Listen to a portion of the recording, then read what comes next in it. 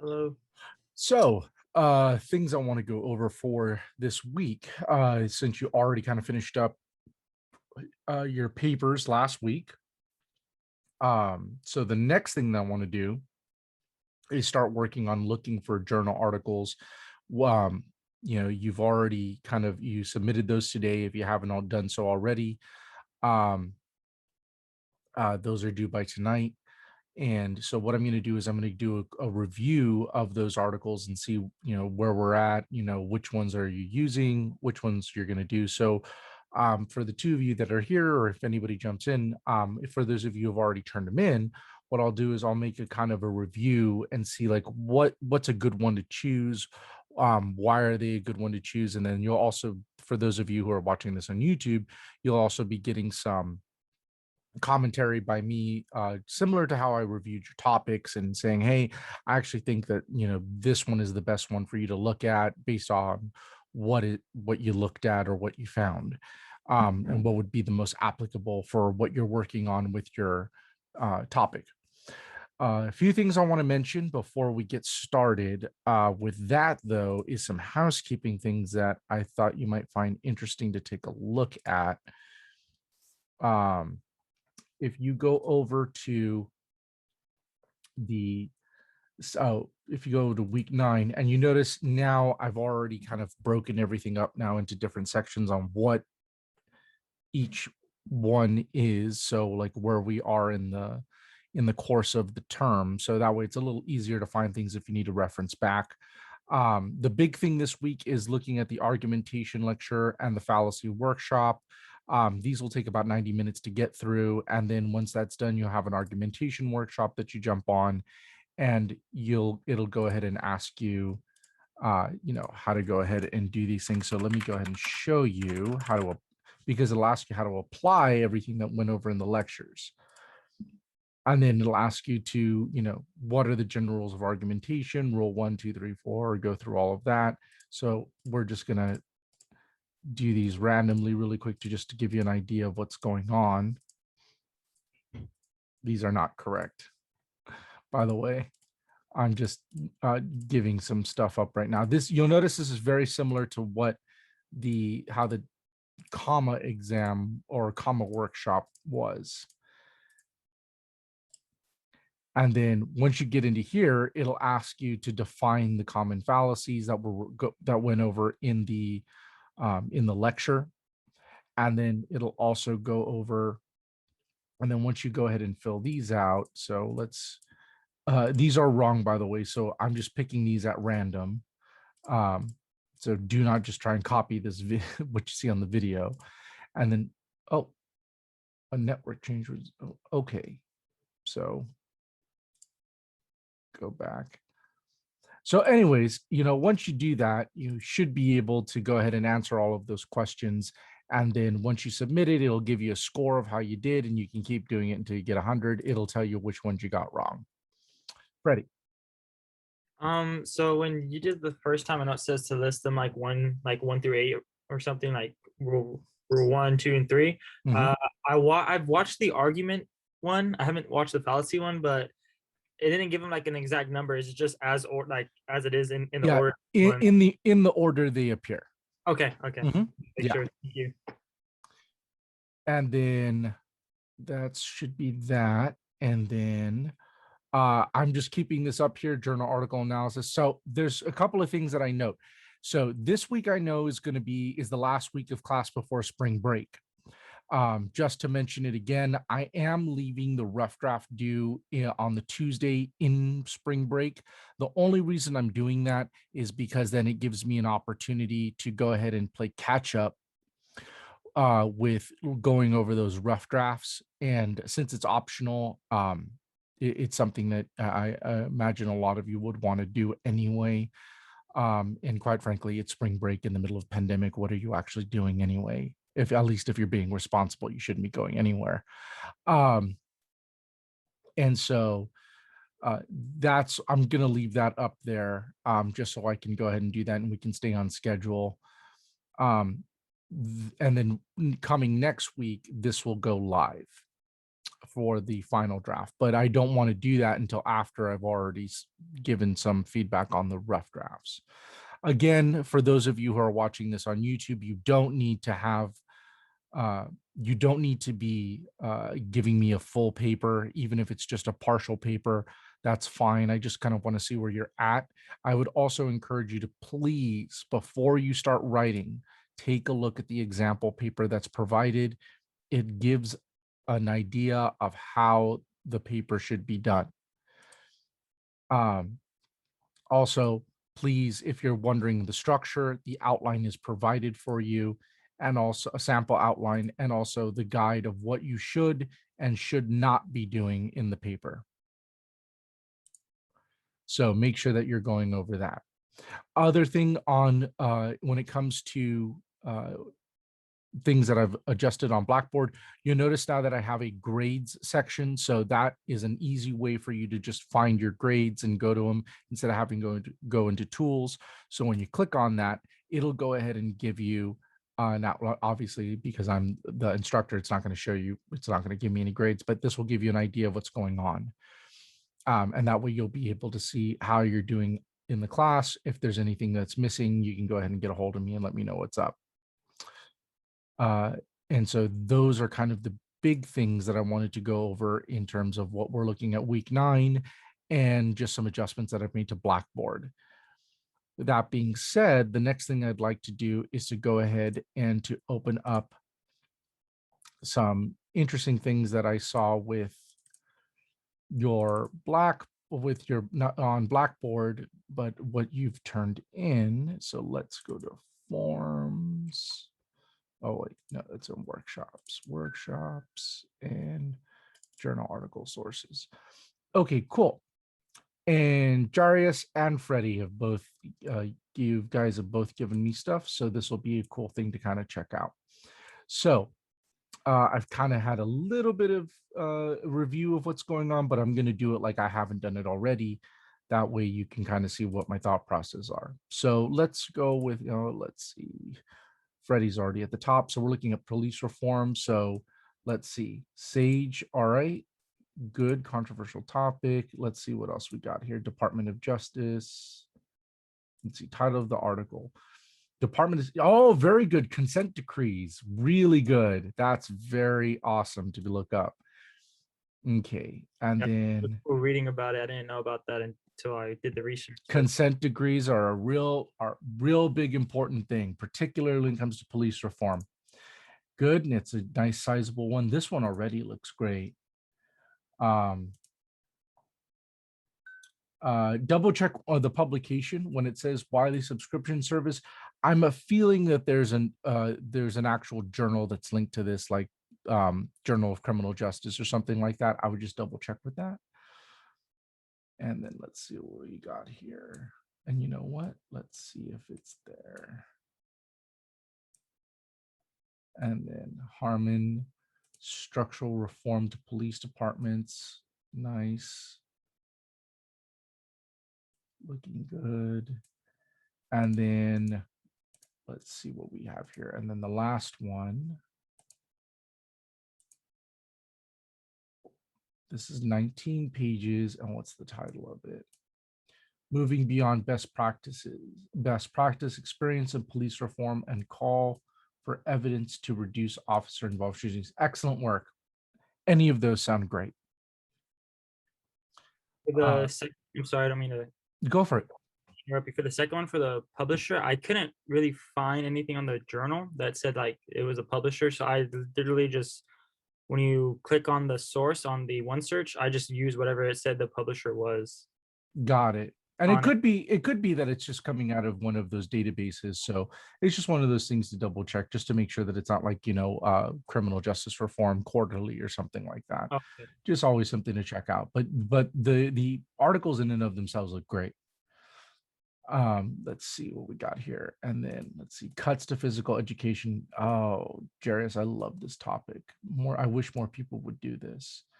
Mm, So for the controversial topic, that's based on what we submitted on week 2, right? correct. So we're writing about that. Okay. Yeah, everything is going to be everything that we're doing from the hot news on is going to be based off of your controversial topic that you chose. The idea being is that you get to double dip. So all the work that you do for each assignment ends up being applicable towards work that you do for the final. Okay, for sure. Also, I had one more question as well. So for the articles, do they had to be within the same date, like the hot news article? No, they could be Write whenever it on. they could be from whenever you want them to be. Okay, for sure. Thank you. And then let's take a look. Uh, public health was really good. All right, title of the article: School-based physical activity promotion and intervention in children. Oh, good, intervention, rationale and study.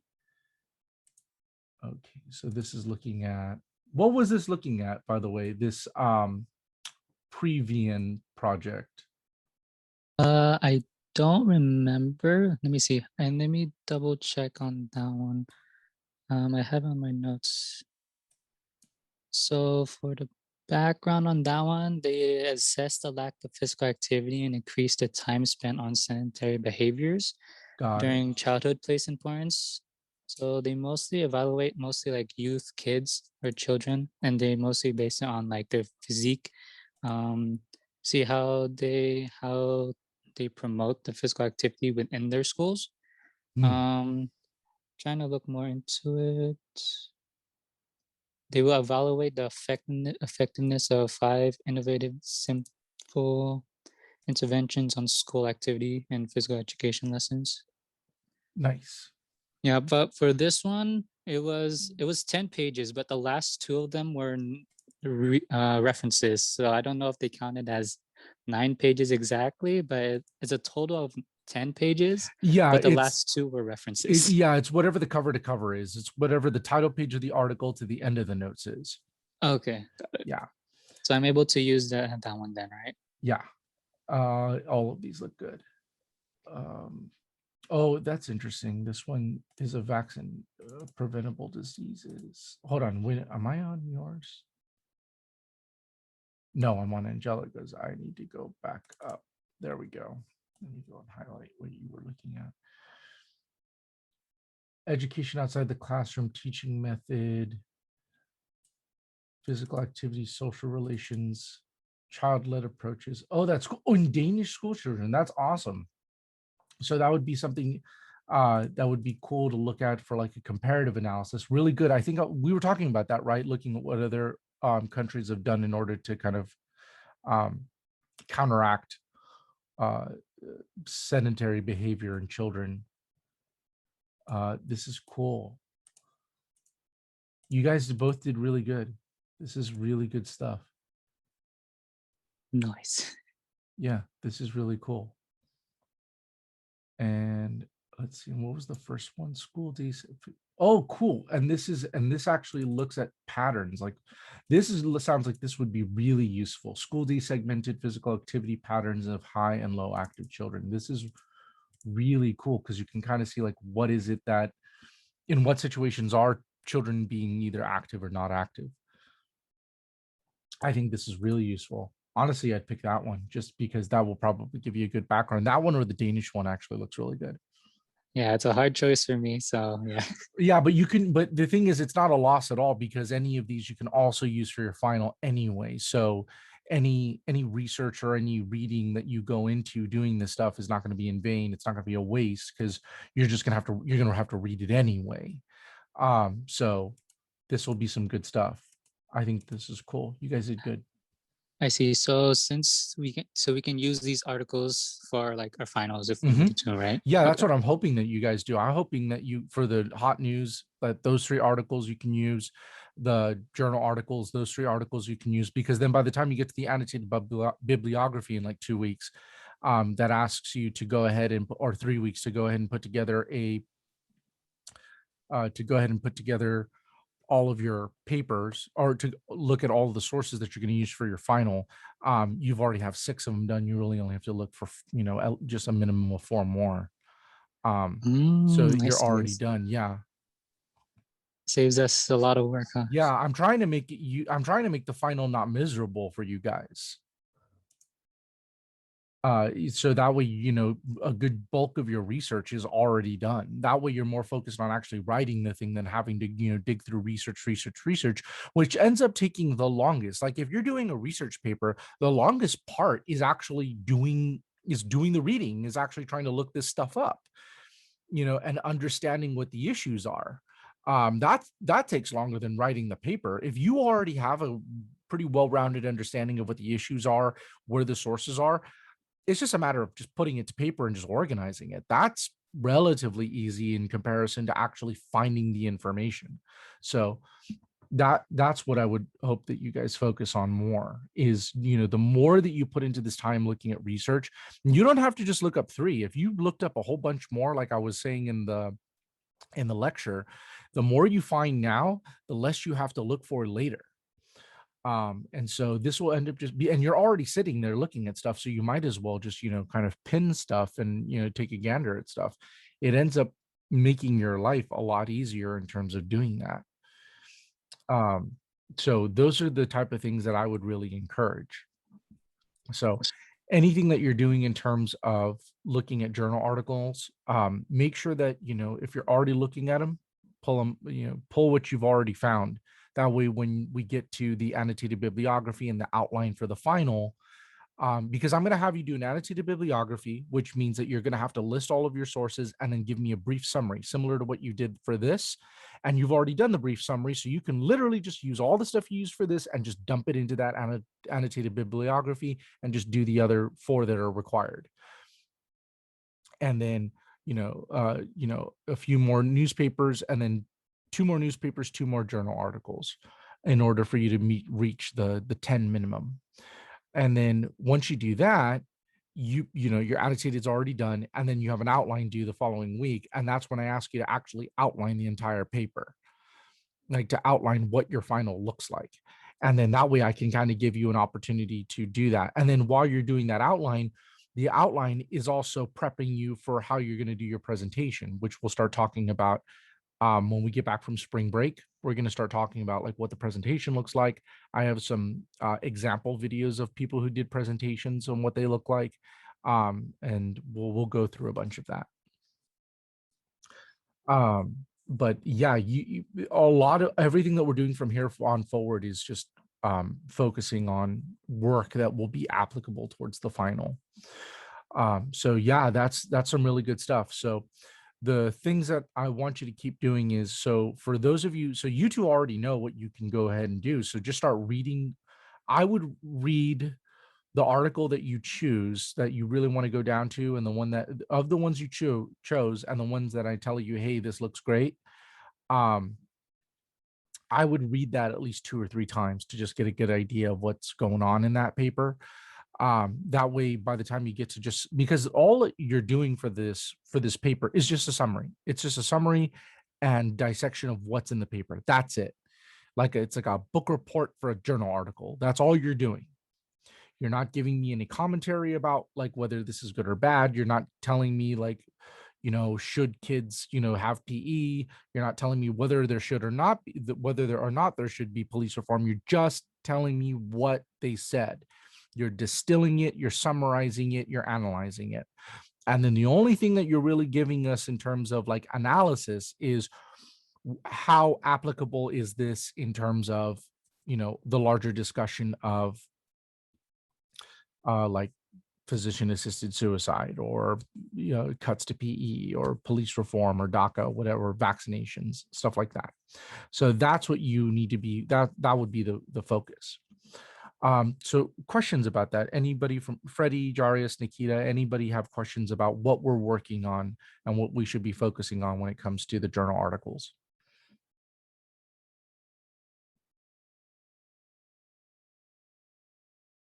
Do me a favor. Do you have any questions that you know the answers to that would be useful for other people to know? Like, it doesn't need to be around the same time. It can be from 1887 if it's applicable. If it's something that's relevant, then I would encourage you to use it. A lot of people will look at older journal articles to do a comparative analysis, like child development is a great example. Child development, you can look at like different ways that people have thought of parenting, for instance, and how those theories have changed over the years. That's a great way of looking at things like that. Other questions? I mean, it's not really a question, but I know it's just one. We just picked one article, and not like the newspaper. It was three. They were just one journal article. Yeah, it's different kinds of papers. So the newspaper, the hot newspaper, was a comparative analysis. You were comparing what was going on with those papers, the similarities and differences. This is just a review. This is just you reviewing it and looking over it, detailing what was inside of it, and talking about its relevancy at the end. It's a really, like, if you really think about it from brass tacks, it's a really simple paper. Part of the thing that I want you to start focusing on more intently is looking at, and I refer back to the citations lecture, that you should be citing a lot. If it doesn't come out of your head, cite it. Cite regularly, cite often, and make sure that you're including the page number. That's going to be a big thing. So this is kind of a dress rehearsal for how your citation should look in the final. So you should make sure that you're including the author or author's last name, the year of publication, and the page number. And I would go back to looking at the citation lecture in order to get a reference of how those things are put into practice. But those are going to be really useful. So a big thing of this paper is not just dissecting what's in it, and I get to force you to read a journal article and look at it and kind of and pare things down. I also give you an opportunity to like really go hardcore on the citations. I know for the paper or on the syllabus, it says it's like a 700,000 word paper. Can we go over that, or 700,000? You mean 700 to 1,000? yeah, 700, yeah, 702, yeah. No. Stick to 3 pages. That's stick to the. It's approximately 3.5 pages is 700 to 1,000 words. And the reason I say this is because in grad school, it's going to say write a 5-page summary of this, and they mean it. So you don't need to directly quote things if it's going on and on and on. You can summarize it. If they're giving you data in 2017, it said this. In 2018, it did this. In 2019, they said this. In 2020, they said this. You can summarize and say from 2017 to 2018, there was an increase, and then here's the citation. You can summarize the article, you can summarize the data. You don't need to be relying on quotes so much. The only reason that you should be quoting something is because there's no better way of saying it. That's the whole point of having a quote, is that if it's really important, like a court case, for instance, if you're reading like a decision, then it's really important for you to cite what the court is saying. But if it's just like a overview of what the results of a study were, then just give a summary of it. Like, for instance, think if you were talking to a buddy of yours, would you go over every year and every piece of data that was put in a study or put in a news report, or would you just kind of give them the gist of it? And that's the thing that you have to kind of think about, is imagine if you were just talking to a normal human being, how would you explain this to somebody? How would you distill the information so it doesn't bore them? And then also within 3 pages. So you have an introduction, a conclusion, and you have to answer a bunch of questions. Like, that's what I'm telling people. It's like these papers are not as long or as hard as people think. You're just straight up answering the questions, giving direct answers, maybe 2 to 4 sentences for each answer. If you think about what you've just done, answering those questions, you've written a paper. You just need to give, and here's the other thing that I would say though, is if, you don't need to use a lot of quotes. The one thing that people do, and I notice it's a big pitfall, is they'll put in these big, massive quotes that go on for 3 sentences or 4 sentences. But then when they actually get to the important stuff, like saying, well, like in the hot news, well, NPR had a real big difference between Al Jazeera because of like the photos they used, period. And then that's the end of comparison. No, instead of giving me a long quote in the beginning, use that time and use that space to specifically talk about like what pictures were shown, why were they different, what were the captions that made it different, things like that. Like, be specific about that stuff. Like, the more detailed you can be when making an analysis or comparison, rather than just like filling up on quotes, the better your papers will be. And that shows analysis, it shows critical thinking. Those are really, really important parts for when you're doing some sort of analysis, or when you're doing a paper, particularly at a grad school level. The thing that you're going to want to focus on is how are you making those specific details relevant, and how are you making those connections. That's going to be a way bigger part than just like, hey, did I cite, did I give the right quote to the right thing? Because let's all face it, like the reason that we put in a lot of sites is just to act as filler so we can get to the page limit. I mean, let's be real about this. Like, I was an undergrad, like I know how this works. Like, you see both of you laughing. So this is a tip that I always tell people. Don't write to the page limit, or don't write to the word limit. Don't keep writing until you hit 1,000 words. Write the paper and write the arguments. Write the arguments and the data and the facts and the fact patterns and the analysis that you want to write. Then find out where you're at. Like, for instance, write the paper you're going to write, and if it's 600 words, cool.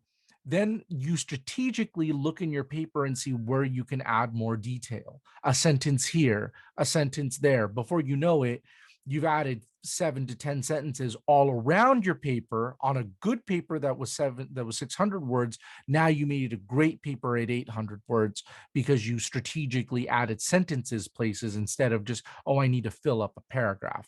Like, your paper will be way better. The problem is that if you do it at the last minute, you're going to write to the page limit. And so that's the thing that you really need to focus on. So write the paper that you want to write, and write the paper that you're comfortable writing. And then once you're done with that, then go back and look at what what you could add detail to, what you weren't clear on. And this is why I always say, like, if you go back to the writing guidelines lecture that I gave, one of the big things I tell you to do is to read your paper out loud. Because you'll internalize as you're saying it, and you'll start to like, wait a minute, that doesn't make any sense. Or wait a minute, I should add something to that. Because when you read it out loud, it slows you down. And also when you read a paper out loud, you're also, you're not filling in with your own head the words that may or not be missing, or the details that may be missing, because you've read the material, you already know what the answers are. Problem is that the whole point of writing these papers is to communicate those ideas. And so by slowing yourself down, by looking at what the particulars are and adding specific detail to that, you'll make a good paper great by doing that. I'd rather have a tightly edited 750 word paper than a bloated 1,050 word paper. I know that was a long answer, but it's something that I haven't been able to touch on. So I thought that would be good. Now let's see if anybody watches the YouTube video. I see the metrics, man. Everybody ends up watching it like Friday night, Saturday night, Sunday night, Monday morning.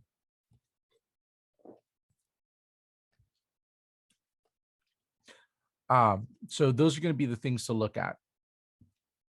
But I do notice, so people are starting to turn stuff in. I am seeing it pop up, so that's cool. So other questions that you guys might want, that you need clarification on. Nikita, how are you feeling? I'm good. You good? Awesome. Oh, Nikita, just before you got in, the one thing I wanted to mention is there's a new grade section right here. So I just made it just a lot easier for you to get into the grades for the class, so you can kind of see what's going on. Thank you. You're welcome. And then also, I've also separated out the weeks, so that way they're easier to reference. Other than that, that's what I have for you guys so far. I think the thing that I want you to focus on is once you've already turned in your papers, there's kind of a lot of spinning plates before spring break. So don't quote me on this, but I think just because of spring break and then coming back, if I do my cards right, if I'm looking at this, the 30th and then the 9th. So the 30th is spring break, and then the 9th is that Friday coming back. Yeah, I think that's enough time. By the time that, because you'll have a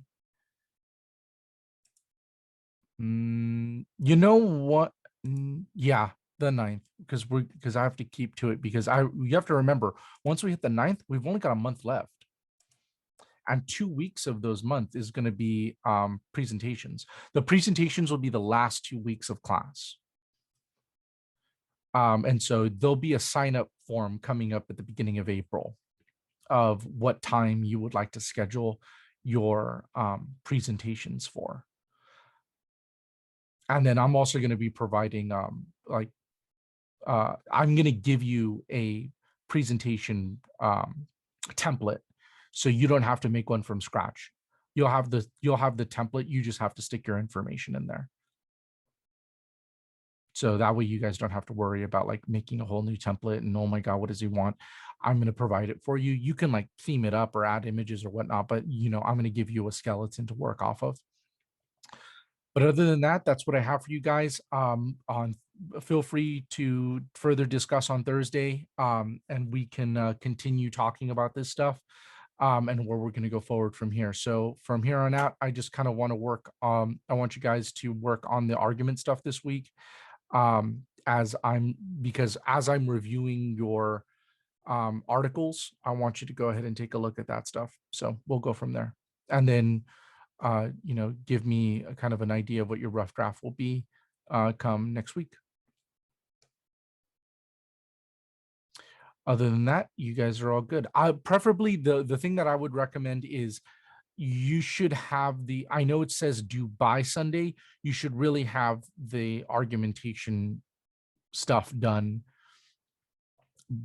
by Thursday or Friday. Like that should be done. It doesn't take the longest part is watching the material. The actual assessment doesn't take all that long. So other than that, you guys are good. That's what I would work on for the week.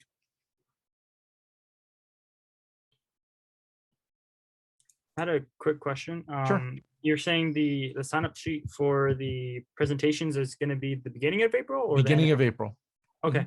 Thank you. Yeah, it should be the first week of April as soon as we get back from break.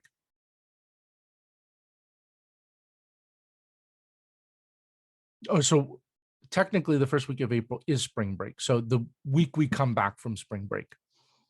Oh, okay. Yeah, I thought you would put it out like on like Thursday of spring break or something. No, I don't want to drop it on people because it wouldn't be fair, because people have an expectation that they don't need to be staring at their Blackboard during spring break. So I'm going to post that up on the 5th, because the 29th to the 2nd is spring break. And then the 5th would be the day that we come back. So April 5th is when you will see the sign up sheet and then you have to remember April 5th, and you'll be signing up for a month later so it would be May like 10th through the 17th or something like that. But it's going to come in fast. So be prepared for that. Once the journal article analysis is due, that following week, the annotated bibliography and the outline will be due. So that's going to be coming up. So get ready for that. Other than that, I will see you guys soon. Take care, everybody. Have a good night.